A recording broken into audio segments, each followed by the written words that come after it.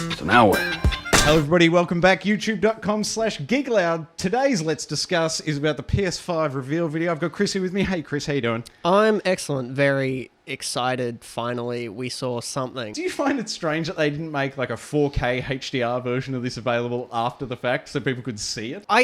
So I did the whole like 6 a.m. like woke my girlfriend up rude thing, and I'm like I'm happy to watch it at whatever the stream is. But even in that, I'm like, couldn't they? Because this event was supposed to be a week earlier. I'm like, couldn't they have published it to YouTube, had it upload in all its majestic glory, and then just have that date change? I did think that was kind of weird. I'm like, especially when this is going to be the big resolution jump and high power and future of play, blah blah blah, and then like it wasn't a 240p. Yeah. But I get what you're saying. It would have been cool even like a day later to just be like, okay, let's rewatch this specific trailer. Yeah. In, max res. Definitely. And for me, I'd never at one point did I like go, oh, that's next gen. I never had that thought. I watched it and I'm like, oh, yeah, I guess that kind of looks better. Maybe it'll look awesome when I'm playing it locally. Yeah. But there was nothing that grabbed me. I got like a hint of that in the Ratchet and Clank thing where they were just like popping in and out of maps. I'm like, okay, that's cool. But even that, it's like Hellblade did that on a much smaller scale on PS4. Yeah. So it's like, yeah, like I get what you're saying. It's been done, but once you're playing it for real. Oh, hopefully. That's what I mean. Like everything about it looks like it'd be great in hand, but by doing it as 1080p, there was no different. I'm like, okay, what are we doing? Yeah, like there was nothing that anyway differentiates it. Oh, the only other thought I had on it was, do you know how they've been doing those promo tiles on the cross media bar, like the Easter sale or whatever the hell they called it, March Madness? Yeah. Why didn't they do one of those for the PS5 reveal and put it 4K HDR only on the PS4? That would have been cool. As a feature for PS4 games, to be like, damn, I should get one of those. They utilized that in very weird circumstances. Yeah. Like, I remember at one point, like, I just turned on my PS4 and, like, the Destiny 2, like, tile was there and I'm like, I don't own Destiny 2. What is this? Why is that here? And I'm like, in hindsight, I'm like, oh, okay, well, they've paid to put that there. But like you said, they should use that more for promotional shit that they want to get out. Yeah, exactly. But yeah, like random Easter sale or summer sale, it's like, you should use this. It's there. Yeah. Like you obviously can do it. Yeah, that would have been cool. But yeah, I just like watched it in bed, like on the telly, like Chromecast. Yeah. But yeah, I totally would have gone upstairs and watched it in a high res. Yeah. It would have been awesome, and something for the fans to be excited about and celebrate. And then you can even play in a little bit to the PlayStation, Xbox fanboyism. Like, because the Xbox boys would watch it to see what was going on, but if they're watching it on the Xbox and the PS4 guys are watching it in 4K HDR, like they could have that little mini stupid fight again just over that. The Pixel Wars. Yeah, that would have been awesome. But what did you think of starting with Grand Theft Auto 5? I think it was good to get that out of the way because I always forget that like that was a PS3 game. Yes, that's what I don't get. The oldest game that is like still alive. It's like that, and I guess Killzone Mercenary, which I'm still playing for some reason.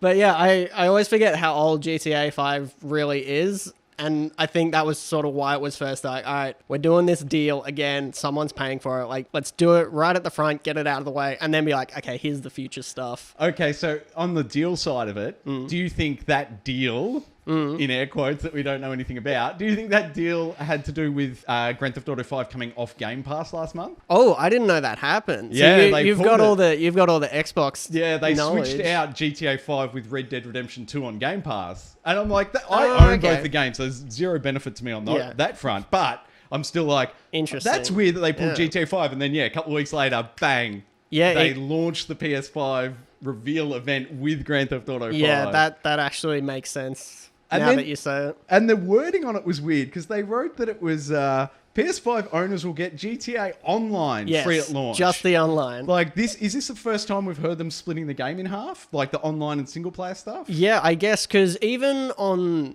like the PS4 store, if you go to GTA 5, it'll have like premium online edition, but with however many millions of dollars that you're getting with the game, but that still has the campaign in it. Yeah. So maybe they're running this as like 2 separate executable files. Yeah. So if you want the campaign, you buy that separately. Well, I hope they're smarter than Activision, because Activision are trying this with Warzone, like the last Call of Duty game. But the stupid part about the way they've done it, okay, so you can get Warzone for free and play it, but you're downloading the full need both. game. You're downloading like 150 gigs to play this free player mode. Yeah. It's like, are they going to do the same thing with Grand Theft Auto Online? You're downloading the full thing and they'll just have it locked off, and if you give them $20, they'll unlock the single player? Well, I think in the case of Modern Warfare, they need that because they share so many of the same assets. So it's like, okay, well, we can cherry pick the stuff we need for the free mode, but then, somewhere in the code somewhere,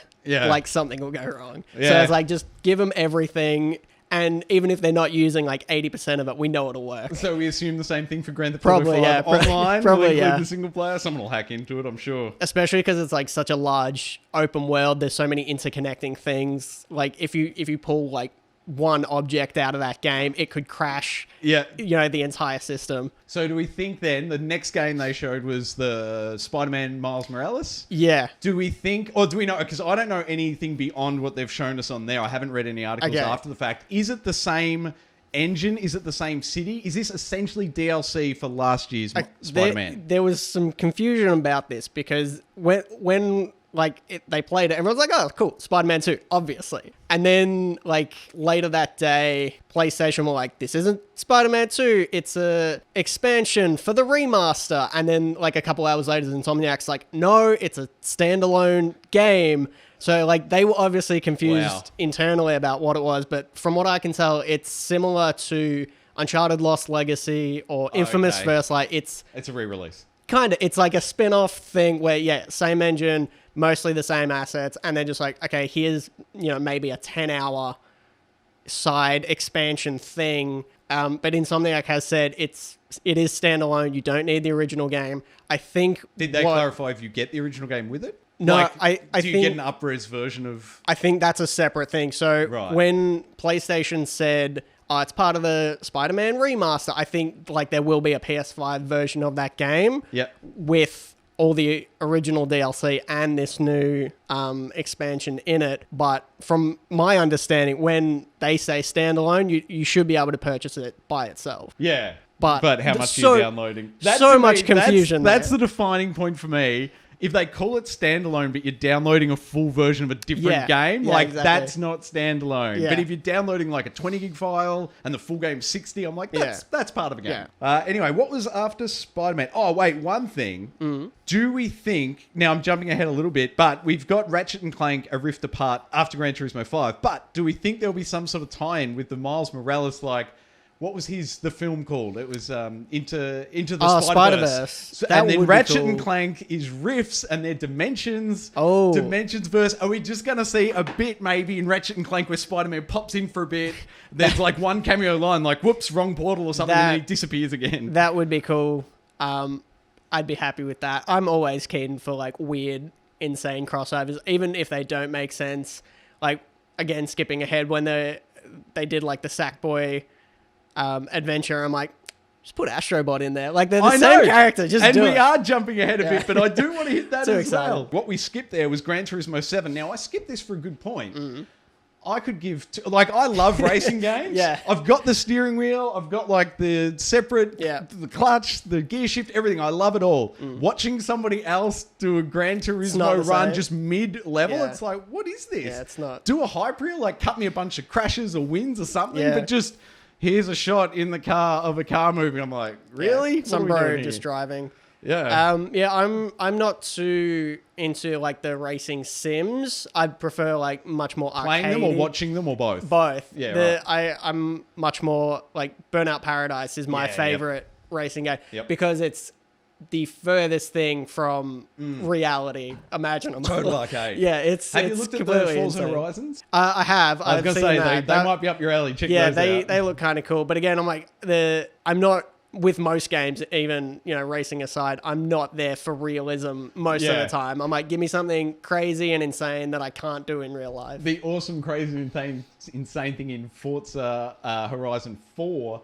4 was the one set in Australia, wasn't it? Oh, I could be. It's 3 or 4. The one set in Australia, though, you could drive from the south of Victoria, the 12 Apostles, to the Gold Coast in about 10 minutes. And they were one connected landmass. No. And I'm like, this is fancy and unrealistic. Yeah, no, that's not how that works. That's a big trek. Yeah. That's a couple days. Anyway, so that's why we pretty much skipped it. Although, the one thing I will mention, actually, did you notice the UI they put on the videos? Like, it was the welcome, helpful, like, main menu, like, think Windows 95 Word Clippy. It was like that like thing, but it was like this picture of a woman in a circle and like this really bad text. Honestly, it looked like something from a smartphone game in like 2012. Wow. Yeah, the little dated. pop-up. Little pop-up.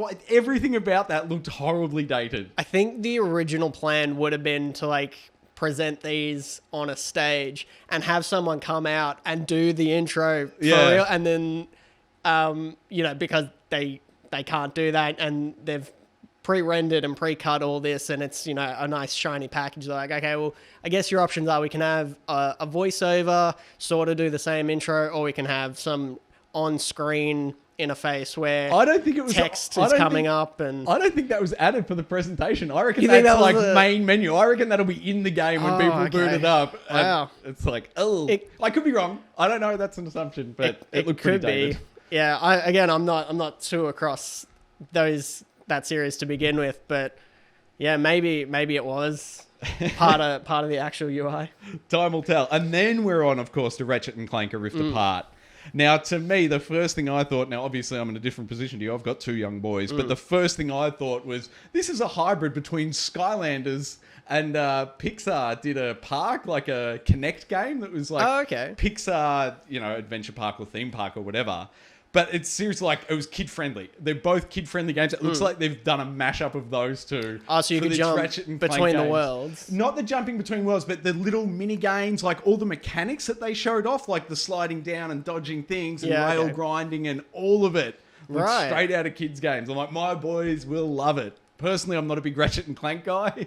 I historically never have been. The original series, I played, I think, the first one on Vita, like way later. Yeah. Because on PS2, Jak and Daxter was my jam. Yeah. But the reboot thing they did a couple years ago, I really enjoyed that game.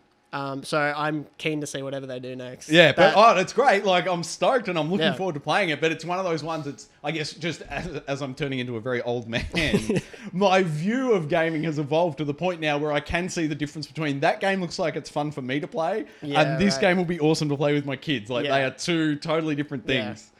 But anyway, that's cool. Good on them. And then the next one was Project, I'm going to say Athea. I only saw it written, not spoken, or I at least didn't hear it. Yeah, was this the Square Enix thing? I'm not sure who it was. Maybe it's Square Enix. To me, my take on it, and there was no real information given. It was like a little video. But to me, it looked like it was a modern take on Shadow of the Colossus. It looked like Shadow of the Colossus with like ray tracing and more elements in the world. Kind of just like weird ethereal tone setting. Yeah. Like a David Lynch directed thing. Again, is Project, like, is that a working title? Are they even far enough along? Yeah, I don't know. They didn't really say. I assume if they're showing it in this, I just assume, once again, I should have verified this somewhere, but I get the feeling, I assume they're all launch window games. And if it's coming out, launch window, end of this year, start of next year, they've got to have settled on that name by now, you'd think. I guess, or at least hope. Whenever I hear Project, that feels like a work in progress type thing. And yeah, if it is Square Enix, I could be wrong about that, but they are famous for showing things way too early. Versus 13 comes to mind. But yeah, not a lot of information on that one. Like, it looked pretty. Yeah. I couldn't tell you what it's about. And once again, to the pretty factor, I had to look at it and be like, I assume that looks pretty on 4K HDR. Yeah. It's like, it looks pretty average at the minute. Didn't look much different to Control, honestly. Like, in 1080p mode, it didn't. But Once again, I'm sure all this looks better in person.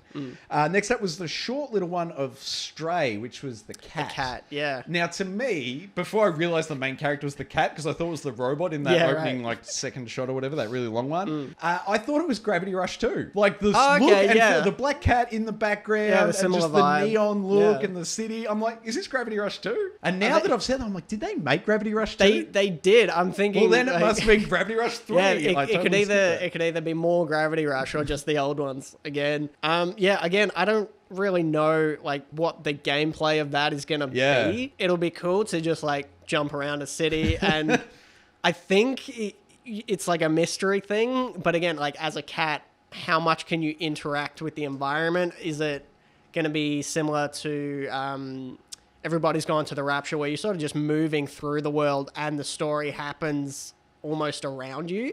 Because again, without opposable thumbs, I don't know how much the cat can actually do, like how much impact you can have on the story.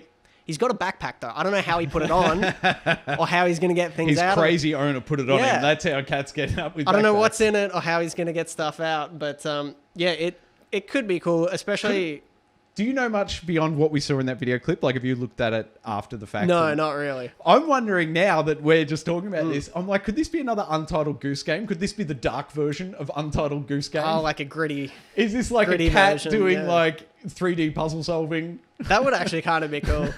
Steal the overdosing heroin addict's needle and hide it. I'm picturing like using your tail for a lot of the interaction now that I'm like deep diving on the How much would you run around and meow at people? Meow. A lot. Meow. I want to scratch at least 3 robots. But again, like it seems that like all the people that were dead in that game, just from like some of the graffiti and stuff in the background. I'm like, this world is cool. Like whatever happened to the people. I wonder if it's a Terminator uprising and the only natural thing the computers left were cats. Yeah, you got to leave the cats alone. Because I feel like between the cats and the robots, the cats will win. So it might have been like enemy of my enemy type situation. Very possible. They had some sort of peace treaty. Time will tell. I'm not sure. Once again, we don't have release dates for this stuff. We'll find out at some point. And then they kicked off to what I was really excited for, and then really disappointed with what they delivered was the PS5, the specs themselves. Quick rundown: 4K Blu-ray player, ultra high-speed SSD. It frustrates me marketing terms. Like, just tell us the speed of it. Yeah. Don't use your subjective. Oh, it's ultra high speed. Well, how about you give us a number? Yeah, anyway. Ultra high speed in the 60s got us like to the moon. So, like you said, it is all subjective, but I think they don't want to show like numbers because like a lot of people aren't there for that. A lot of people just want to just show me the box, show me the games. Yeah. I don't care about, the wizardry in the background. Yeah. As interesting as it is, I don't think the mass market that tuned in is there for that. They had the whole like Mark Cerny explanation of everything, and that was interesting. But again, the main comment to that was, "Where's the box? Show me the box. Show me the game." Yeah. So and then we got to see the box, and I wasn't a fan. Oh, okay. But we'll get to it. We'll get there. Sorry, just finishing off the features. Then they told us it had ray tracing, and they showed it to us in 1080p without UHD, and I'm like, what is the point? Yeah, I think they're just trying to get ray tracing into the public consciousness, because it is this new thing that they're pushing now that the power is there to do it. So I think it's almost becoming like a marketing thing, being like, hey, this is a like very niche technical thing that now we can do. So they're just because again, like that wording, like my mum wouldn't know what that means. Yeah. But if you push it into the world enough, eventually, like cultural osmosis, people are going to explain and discuss it and work out what they're actually doing behind the scenes in the game's engine. And it'll just become a thing now. And then the next thing, another one, just me hating the way they phrase stuff. 3D audio. Yes. Now, if I can just point out the problem with this phrase before we go into it. 3D audio. Anything beyond mono is 3D audio by definition. Yes. Stereo audio, that's 3D audio. Technically, yes. If you're coming on stage to tell me, hey, we've got stereo sound, I'm like, awesome. The 3D audio thing is interesting, but like you said, again, more just like marketing jargon. Yeah. The PS4 Platinum headset has quote unquote 3D audio settings in it, and like it's cool, but again, like it's surround sound with like up and down. Yeah. Like most people don't have speakers installed like in their ceiling and in their floor, but you know, in a headset, it's a cool feature. But yeah, they need a better name for that. They do. Honestly. I actually like the old 5.1, 7.1. Yeah. Like, that tells me, I know how many speakers it's got. Thank you. It means something. It's tangible. Yeah. And then the last thing was, they went into the DualSense 5. I feel like we knew all this already, but I'll quickly run down the list. Yeah. Haptic feedback, adaptive triggers, USB-C charging port, motion sensor, built-in mic, and a headphone jack. Yes. Circling back, adaptive triggers, now they're cool. I'm a big fan. My favorite controller of all time is the Xbox One's Pro controller. That thing is phenomenal. It's got adaptive triggers, and I never use them. Like, I always want full throw on those triggers. Yeah, so is it a setting on the Xbox that you so can it's turn like on and a off? switch. Like, in one position, it only goes halfway. Right, And then the other okay. position, it fully depresses. Right. That's it. I'm like, a short throw, like, I think they're trying, like, in a shooter to simulate a hair trigger. Okay, like, so make you it- pull it less distance and then the gun goes off. Yeah, more or less sensitive. I don't have any experience with that. I've always just had like the default manufacturer controllers. Yeah. But yeah, I think this is going to be one of those things where like they're like, we have the technology, so all the first party games are going to try and show it off. Yeah. Like the Vita touchpad, that comes to mind. And then it works in some things, it doesn't work in some other things. And then it's really up to like the outer sphere, like the ubiquitous third party games where they're like, we can't think of anything cool to do with this. And yeah, it's sort of weird tech like that sort of lives or dies by how many people use it. Like, is it going to become this ubiquitous thing that... No. Honestly, can you imagine anything that's not a novelty? What else? On the controllers? Yeah, onto a controller. What can you add at this point that isn't novelty? I was going to say a flashlight, but they've got that. I was going to make a joke, and they've already done it. They put a light bar in it. Maybe if it can like make toasted sandwiches or something. That's the last thing they can add is a grill. Little M&M tray or something. Yeah, a cup holder. Put a cup holder on it. That'll work. That wouldn't break your wrist. I love it. And motion sensors back. We've gone back to the 6-axis, have we? We didn't learn from bloody Lair's dragon flying control on the 6-axis as this was a bad idea. I played that once at a friend's house in, I think, like 2007. And it was not good. You're not even friends with that guy anymore. That's how bad that experience was. Yeah, no, I never spoke. Dare you make me play this? I never spoke to him again. So you're stoked to know that, Sony are bringing it back for the next generation. Well, awesome. I think that might be more of a VR thing. Because again, this is just going off like the Move controllers that the PSVR uses. It might integrate into that somehow. That's a fair call. That is a fair call. I've been playing a lot of Beat Saber, so that's just on my mind. I was playing a lot of Beat Saber until I hurt my neck and couldn't put on my VR headset for 2 weeks. Oh, wow. That's hardcore. It's only getting better now. Hardcore. And then we moved on to, I'm guessing, Returnal is how you'd pronounce it. Yeah. My best summary of it would be, if you've seen the Tom Cruise film Edge of Tomorrow, it's that in a video game. Yeah, cool. That movie actually wasn't as bad as I enjoy as it. looked. I love time travel stuff. Yeah. I enjoy, and I like Tom Cruise. They're like that film was made for me. I like Tom Cruise and time travel. Yeah, it works. Yes, it works. It looked to me like a psychological thriller, and I'm gonna say it was Control meets Death Stranding. Yeah, fair. Okay, I'll pay that. I love Control though. So yeah, I know. There's some great stuff in there, but once again, the same with everything. I'm like, man, I just couldn't get a good feel for it. Okay. That left me severely lacking. And now we're back to Sackboy, I should say, not Slackboy, A Big Adventure. First question, why isn't this Little Big Planet, whatever we're up to? Little Big Planet I think 3, 4, 4, 5? 4. Yeah, I think a lot of my personal... Okay, I don't want to speak for everyone. I loved Little Big Planet, like, as a campaign. Yep. But I wasn't interested in the create side. Yeah, you and I both. I feel like now that Media Molecule has done Dreams, they put all the creative stuff in there. This isn't a... Sackboy's Adventure isn't Media Molecule, but they've sort of separated that brand into, okay, let's just have a good 3D platformer, which I am dying for on PlayStation. Yeah. Because Mario 64 is, like, in my blood. Like, I played that game game so much as a kid. I'd pay Nintendo like $300 to put that on PlayStation. I'd pay any price for that game. And that's why I loved Astrobot VR so much, because it had that DNA and it had that feel. Yes. And it just looks like they've done that with Sackboy. They're like, okay, let's focus on just making good 3D platforming levels and an actual campaign. And because Little Big Planet was never bad, but it always felt like it was focusing on the two things very strongly. And as someone who didn't care for like half of that suite of tools, I'm just like, just give me, you make the game and I'll play it, and then like we can shake hands and walk away. Like I don't want to spend days or weeks designing my own level just so I can play it in 15 minutes.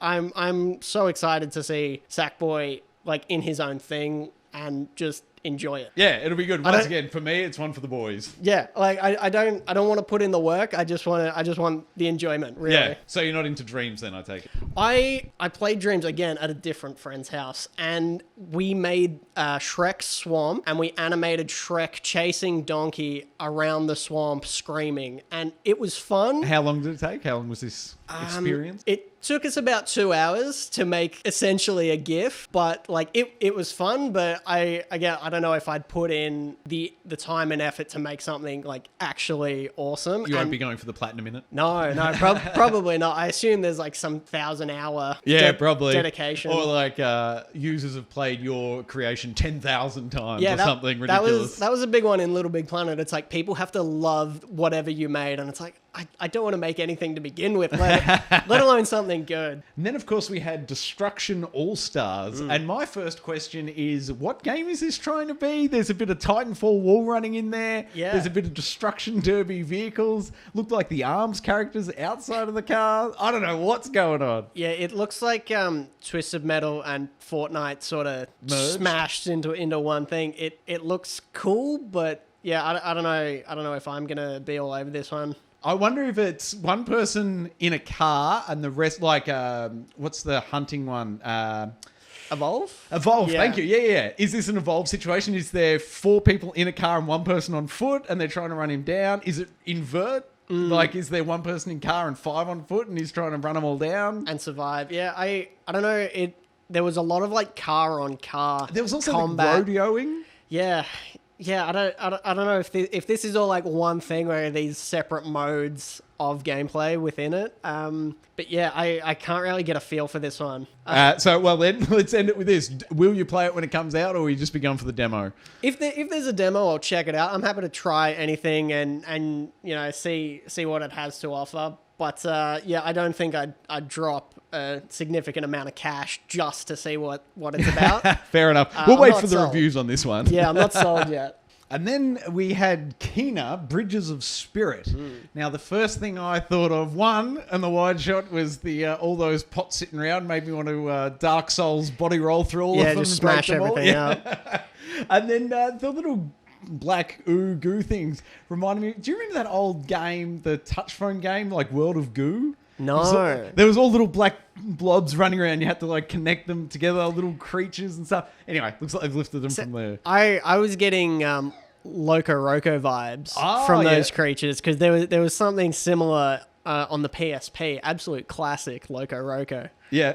I'm kind of interested in this. It's given me like very OG Jack and Daxter feels. That game is not for me. Maybe my boys, but I will not be picking up that one. Yeah, okay. I kind of dig this. It looks, like I said, I love Jack and Daxter back in the day, and this feels like an evolution of that sort of the village aesthetic with all these elemental creatures and like eco abilities. Yep. Affecting the world. I'm kind of into this. And then after that, we had Goodbye Volcano High. I'm assuming that's the title of it. Yeah. I'm getting, like, because there's no gameplay, I'm assuming this is like a visual novel type thing. Oh, I thought it was like Persona and what's the Life is Strange. Oh, really? Okay, that was the vibe I got off it. If there was like menus or something happening, I get where you could have got that from, but I feel like this is like almost a movie. Okay. That could just be like because of the 2D animation, which I kind of dig. But it was an interesting animation style. I'll give you that. It's but no, coming of age stories for me, I'm over them. Yeah, I'm sure they're great when you're a bit younger. I'm too old for a coming of age story. No, that's fair enough. I feel like this might resonate with some people. Definitely, if they're in that. If you're in and around the high school age, I'm sure there might be something in here for you. Yeah, even I'm sort of past that stage in life, but could have an interesting story to tell. The characters. Did you get the indie vibe? That to me feels like the first indie game we've seen in this presentation. Yeah, definitely. Even what was it called? Co-op Studios. I'm not familiar with something. Previous things they've done, but it could be. But even like I can't remember now what that cat one was called. You could tell me that was Stray. You could tell me that was an indie, and I believe it, but it didn't look indie. This looks indie.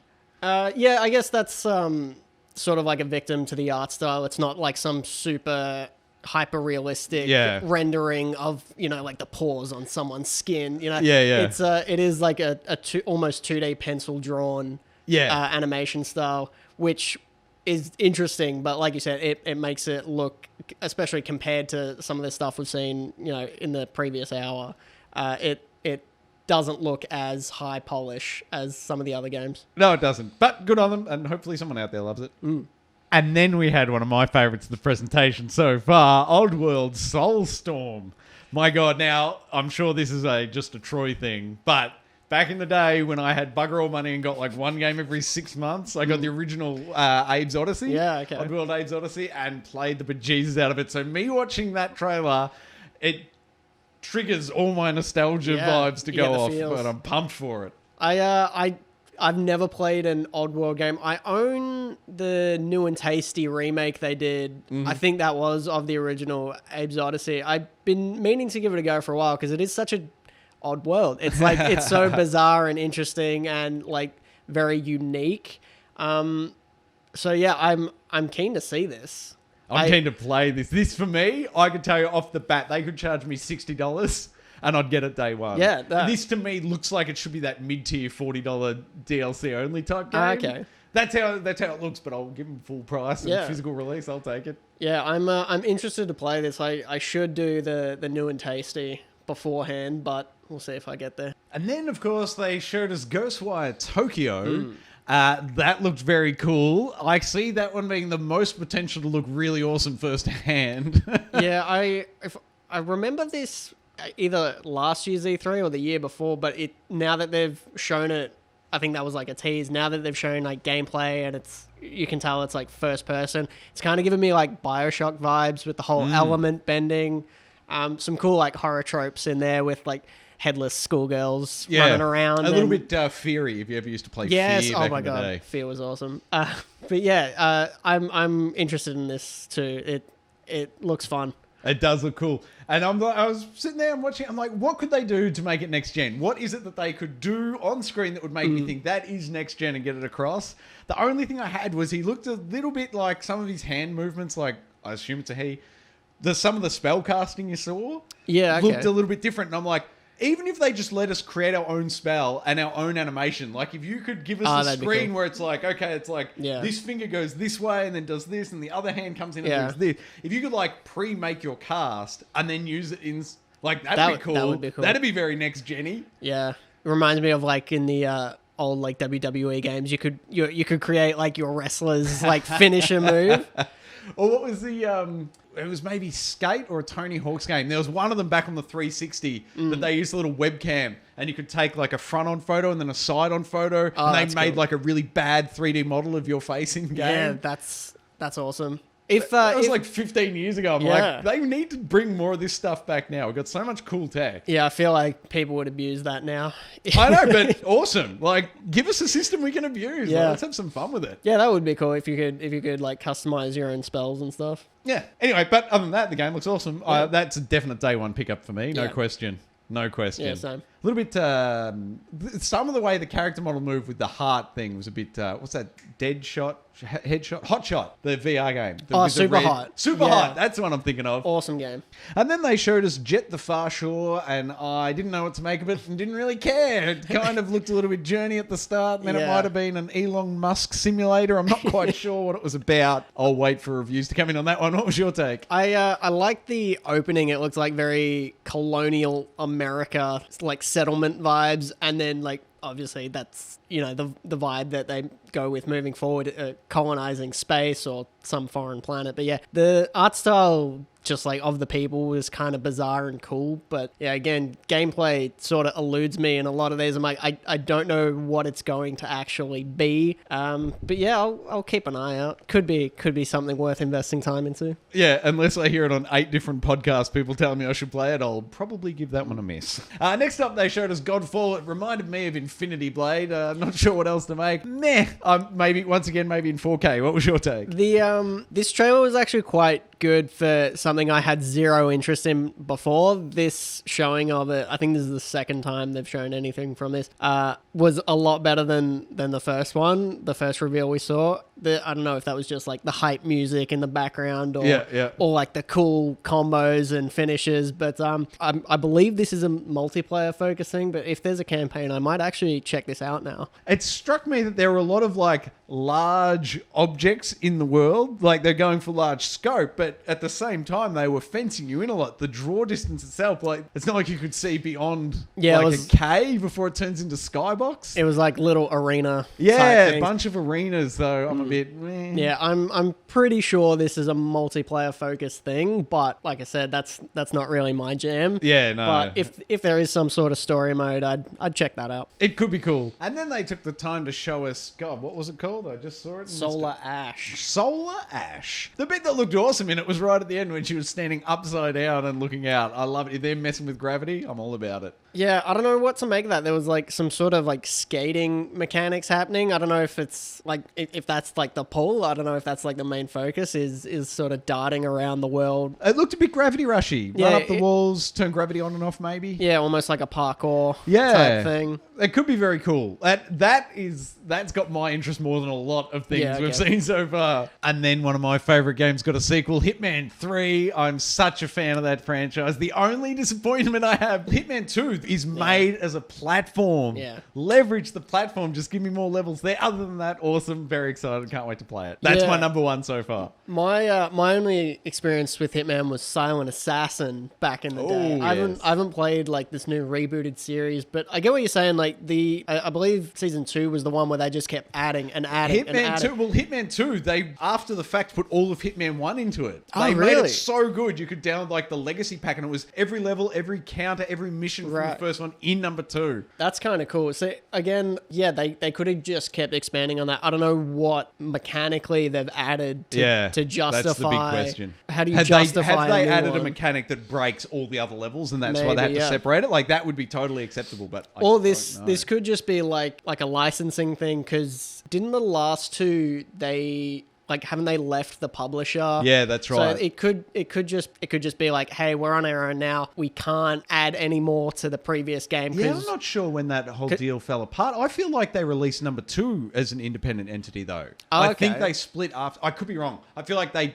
made number 1 and split, and then they made number 2, brought it all into it. I don't know. Anyway, I'm excited. That for me, day and date. I wish that was a launch title. Because I know from my experience with Hitman, I can pour hundreds of hours into those sandboxes. If that was a launch title, it's probably all I need for the first month. Then we got a little peek at Astro Boy's Playroom. Yeah, that looked like a tech demo, and I'm not really sure why that's counted as a game release. So the Playroom thing they've done a few times with PS4 and PSVR. They both got a separate Playroom, and it is sort of just like, here's a bunch of here's a bunch of little mini games, and it's usually showing off some of the weird gimmicky stuff that they've added. I think the original Playroom on PS4, a lot of it was to do with the touch touchpad on the DualShock 4. It was always like, flick the touchpad up and a grappling hook will come flying out of your controller or something weird like that. And same with the VR version they did. I'm weirdly excited for this just because I love Astrobot. He's just such a fun character, and like him sitting there playing the PS1 and like his friends are all cheering. Like, that's just cute. It's just cute and fun, and I'm excited. My question off that, have they taken it out of VR?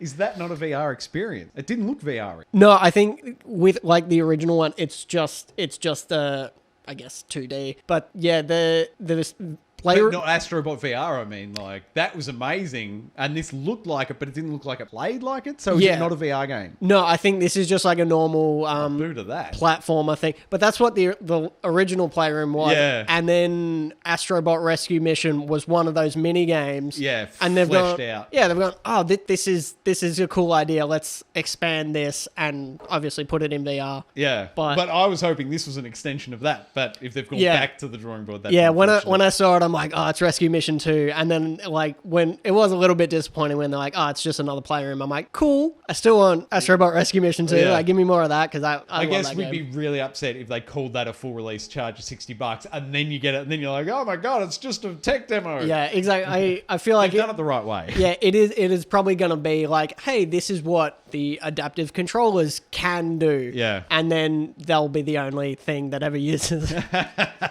Next up, we had Little Devil Inside. How did you take it? I'm kind of intrigued by this because it sort of jumps back and forth between two very contrasting things. It's just like this old guy hanging out, being old. Did you take from it that he was reading the story of the adventure kid? Well, I thought it was either like the adventurous kid footage that was either like him like recounting his past, or like even the title, like Little Devil Inside. I'm like, is that like his memories or his imagination of like the life he wish he had? Because the town seems like boring as hell, and then they're like fighting dragons, and there's like this Mad Max like scene where the sandstorm's coming for him. I don't know how to take this. It feels almost maybe like it's a meta game, in the sense of it's a game about the experience of playing video games.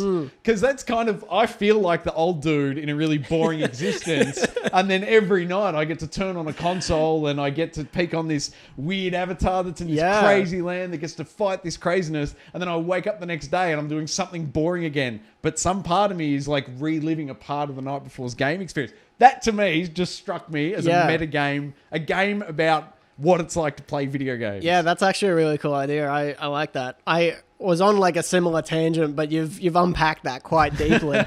I love it. That lights me up. Once again, an interesting narrative. The art style you would think would put me off instantly, because that to me is the type of art style that I'm like, kids game, big text line straight through it. But the way they sort of had those two narratives crossing over, I just jumped straight past the art style at that point. I don't care. I'm like, what story are they telling me? This is fascinating. This has me on a story level. I'm keen for it. Yeah, this could be interesting.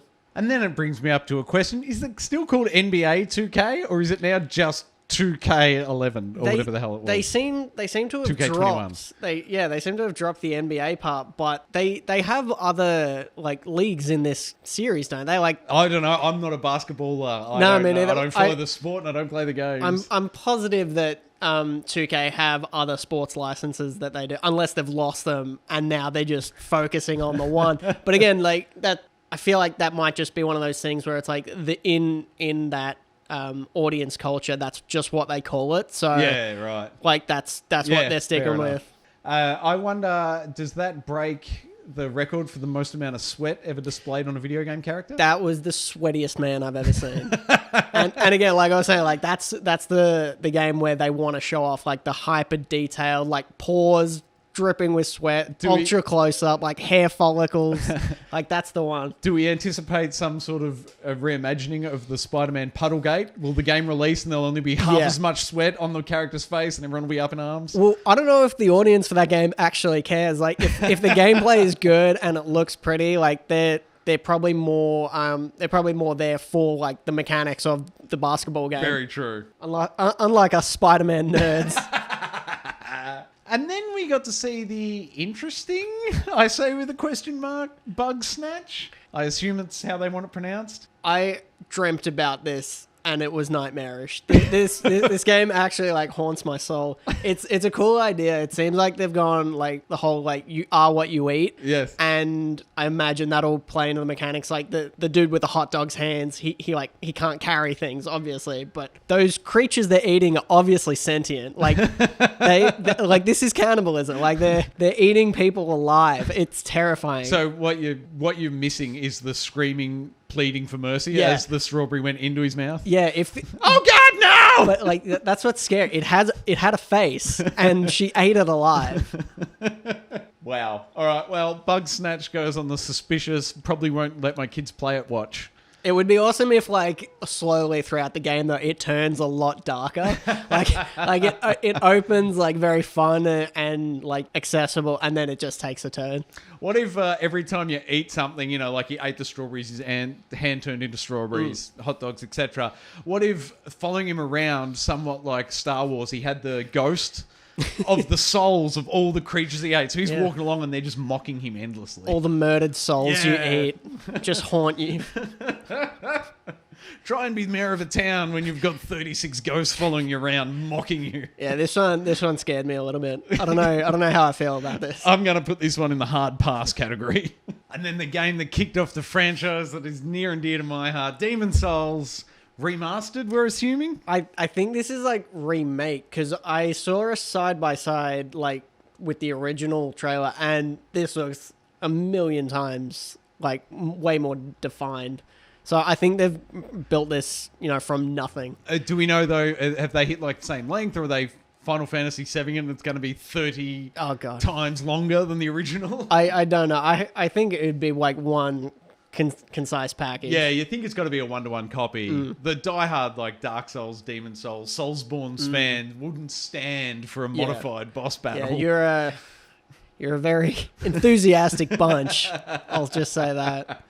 We have certain patterns memorized. Yeah, exactly. And if you change something in the game that's going to muck up those patterns, how dare you? That's a big part of it, is like all the strategy and stuff that people have worked out. If you were to tweak it in some way, like it would break that experience a lot. Yeah, this is the one that you don't want to touch. But I guess people would have said that about Final Fantasy VII, and here we are years later. Yeah, true. So. And I loved it. So I couldn't play past the first 2 hour mark. But anyway. And then we saw the most excellent, in my opinion, Deathloop. We already covered my desire and enjoyment of time travel earlier. This ticks all my boxes. It looks, as you were saying, very Dishonored. Yeah, I'm super hyped for this. This looks like a lot of fun. So many like powers and guns, and obviously different combinations depending on the environment and the situation you're in. That looks awesome. It looks like it fixes my problem with Dishonored. I could never play much of Dishonored. I was always so worried about the ramifications of my actions. Right. Am I turning this into the bad story? Am I turning to the good story?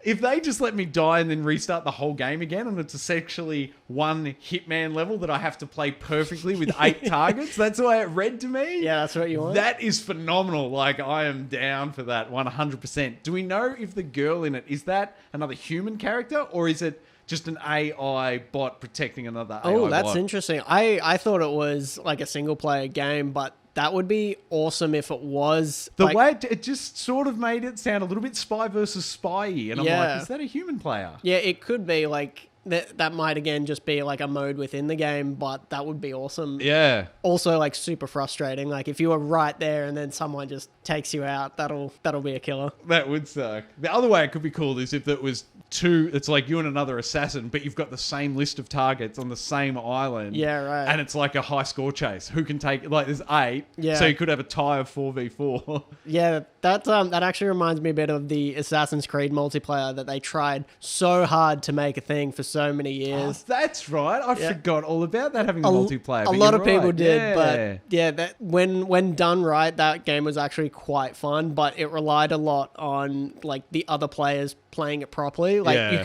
you could very easily just break that game for the other 7 people that were playing it with you. Yeah, that's a good point. Spoil sports.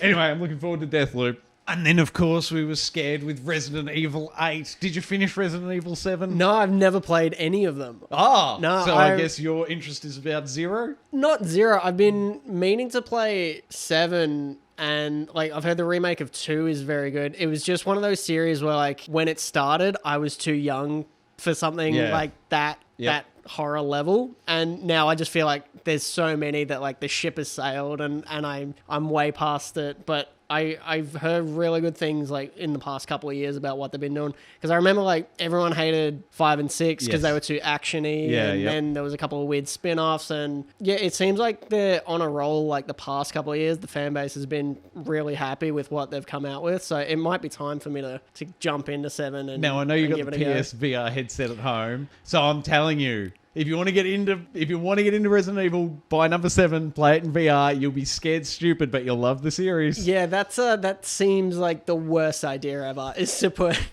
that game in VR. It looked terrifying, like just on a 2D plane, and then like having that woman like claw at you. Oh, it's horrific. Yeah, no, it sounds. It's the experience you want. Yeah, I should give it a go. But it was just something like, I think when Resident Evil 1 came out, I think I was like 3 years old. Yeah, like, fair enough. It just missed me by the age. Fair enough. Somewhat like me with Final Fantasy 7 or Final Fantasy in general. And then we were treated to what I'm assuming is the sequel to Death Stranding, Pragmata. Sam Bridges, he's gone places, he's gone to the moon. He's acquired a young child who I'm assuming is some sort of artificial intelligence, a robot possibly, with a freaky cat. Not really sure what's going on, to be honest. What was your take? Yeah, I don't really know what this is about, but aesthetically it's super cool. It seemed like there was some sort of hologram sky that they broke through to get back out of, whatever hellscape Earth version this is. But aesthetically cool, but I don't know what this game is. I don't know, but I think it would certainly help as well if a little rift opens, Spider-Man like swings through, wrong dimension, and then swings back out again. That should just happen with every game, really. Every game on PlayStation should have a little Spidey intrusion. Yeah. Then we got to see the sequel to Horizon Zero Dawn, what I'm only assuming they called Horizon One Dawn. How was your take on it? I am so excited. I loved Horizon. The second I realized it was Aloy speaking, I got very excited. I audibly gasped. I really want to fly one of those pterodactyls. If we don't get to, I'm going to be very upset. But great series. I'm very happy that they're continuing it. I am so jealous of you. I feel like I'm the outsider in gaming on this one. It just didn't do it for me. I played it through to finish. Oh, wow. Start to finish. I finished the game the whole time. I played it when it was just out and everyone was talking up how good it was. I played the whole thing and never once did I'm like, oh, I get it now. This is why everyone loves it. Right. Didn't vibe. I just got to the end and I went, oh, yeah. Right. Okay. Whatever. It was cool, but I didn't see it. Spider-Man was way better, in my opinion. I understand all the love for Spider-Man. That makes sense to me. But all the love for that game, I don't know what they were playing that I wasn't. I don't know how I missed it. I must have been playing it wrong, is all I can assume. I don't think you can play anything wrong. If it didn't hit with you, it didn't hit with you. I really enjoyed, so a lot of it was the world and just exploring it. What I did play of Breath of the Wild, it gave me similar vibes to that, where I'm just like, this is just a cool world. I want to run around. I want to find some weird animal and take it down. But see, Zelda Zelda had me hook, line and sinker. I was all about it in Zelda. I love my open world games. I love Ubisoft games, all of them. Those checkbook games. That game, on paper, should be a me game. I don't know why. Something about it didn't click. And it's frustrating. But watching that now, I'm playing through Far Cry Primal at the minute because it's the one Far Cry game I skipped. Yeah. So I'm playing that, but now I'm thinking, but Last of Us is coming out, so forget. I'm never going to have the spot. But if I had the spot, I should probably go back and play some Horizon Zero Dawn. Yeah. Give it a second chance. Maybe it was just Did some DLC come out for it? Maybe I should go back and play the DLC because I never played that. I played the base game, and I'm pretty sure I bought the season pass or whatever. I'm sure I own the DLC, and I've never played it. It was Frozen Wilds. Yeah. So I think it was a more North Atlantic Frozen type world. Weird that they went with Horizon, another FW, Frozen Wilds, Forbidden West. Yeah. I'm just happy it wasn't Second Coming or because Horizon Zero Dawn was already an awkward title. Yeah. So continuing that trend would have just doubled down on the awkwardness. I'm just call it something else, please. Horizon 2. Well, there's a little Roman numeral 2 in there. Oh, that's funny. I didn't even notice But it. yeah, like just because everyone's like Horizon Zero Dawn 2, and I'm like, no, it doesn't work. Like just get rid of the Zero Dawn bit. Or Dawn. One Dawn, second Dawn. I'm like, no, just call it something completely fresh. I like it. All right, what did they give us next? I don't recall. Oh, that's right. The last thing they showed us was the console. I forgot all about it. Yeah, finally. Yeah, so there's the console, what's your take on it first? It is interesting. Obviously, like the digital only edition is much more aesthetically pleasing. Like that seems to be like the design that it was they supposed started to be. there. Yeah, it was supposed to be that. But me personally, like I like the option of a disc tray. I'm like, definitely getting the physical one. I have to have a physical disc tray. Even though it does look a little bit odd, like with the addition of the disc tray, I like the weird fins and the vents and the round edges. I kind of dig it. But you enjoy it because it's something great to look at. And we should probably explain to people what your living room looks like. Maybe paint that picture and then explain why this console is going to work so well for you. Okay, so I've got like two bookshelves on like either side, and in the center I have this entertainment unit, and I've got lined up in order. I've got the PS1, PS2, the PS3 Slim, and then my PS4. And off to the side on one of the shelves, I've got like all the PSP models and like my little Vita stand and the light. Yeah, and like the symbols LED light in the front. And the coffee table.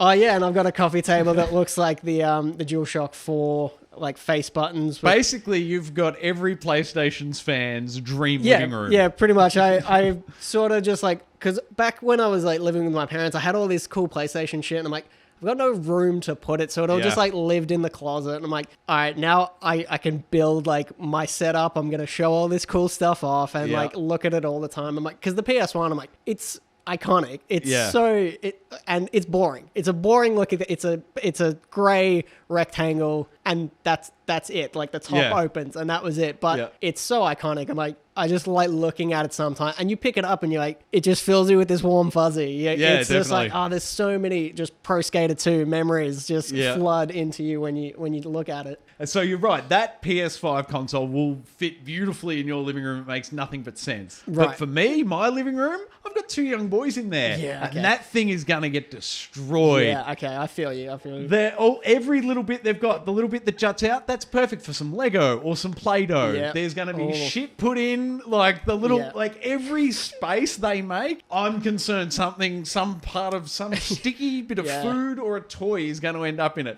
So that console to me looks like a nightmare. Just baked beans in the vents. Yeah, that's what's happening. It's going to get abused. Like the old black boxes, okay, they don't look great, but nothing happens to them. They're a black box. This thing has got little bits can break and splinter and get filthy. I don't like looking at this at all. You don't like the look? I don't like the way it looks, and secondly, you're concerned. The way it looks, I'm concerned with the functionality. Not the functionality of the console, the functionality of it in a living space. Yeah, just life in general. Yeah, it looks great in theory, but I think in practice it's going to be a nightmare. Well, it's interesting you say that because it totally looks like, in theory, if you would have shown me this 6 months ago, I would have been like, someone just mocked that up on Photoshop. I'm like, that's what it looks like, because it seems every generation someone makes like a fake leaked prototype, and they all look like that. Yeah, that's exactly what they look like, and it feels like this time they're just like, fuck it, let's just do that. Let's just make the weird, like futuristic looking thing. Like this would be the console that like in someone's living room in like Westworld. Yes. Like that's exactly what it looks like. Like the futuristic, we're going to try and make it look futuristic type thing. Definitely. The only good thing I'll say about it, the thing I like most about this release of this console, the way it finally looks, it's not the PS5 dev kit. Because that thing's ugly. Yeah, that interesting V-shaped vent, that was concerning for a while. I'm like, whatever you do, don't do that. Don't be anywhere close to that. Maybe that was the tactic. They're like, all right, we'll make the dev kit ugly. We'll make it so bad that the mediocre design we're going to go with is going to look great. Yeah, just by comparison, everyone will love it because it's not that. Yeah. Well, anyway, that's the PS5 reveal event. I was excited by it. Chris, you enjoyed it? Overall, yeah. We pick one. What's the winner? What's the winning game? Assuming they all came out launch day. Assuming they all did, what's the one game you're picking up? I'd have to say Ratchet and Clank. Fair enough. Because I feel like that's a very safe bet. Yep. The last one they did was great. They're a great studio, and I feel like it's absolute worst. It's going to be good. Yeah. And it'll show off some of the bells and whistles with the instant loading of levels and stuff like that. I feel like that's the one that's really going to stretch it out the gate. That's going to be the one. Hitman 3 for me. Nice. That'd be, I think it was said on a 2021, so it can't be a launch title, but my God, if I could pick, it would be Hitman 3. Definitely. That was amazing. Thank you very much for joining me, Chris. No, thanks for having me, man. Thanks for listening, everyone. This was another Let's Discuss. And what have we got coming up? There's still Microsoft and PlayStation and EA games, and there's so many things happening over the next sort of month. Too much. Heaps of Let's Discuss to come. Thanks for joining us, everyone. Check out the Let's Plays Tuesdays, Thursdays, Sunday night, 8 p.m. Australian Eastern, right here, youtube.com/Geek Aloud.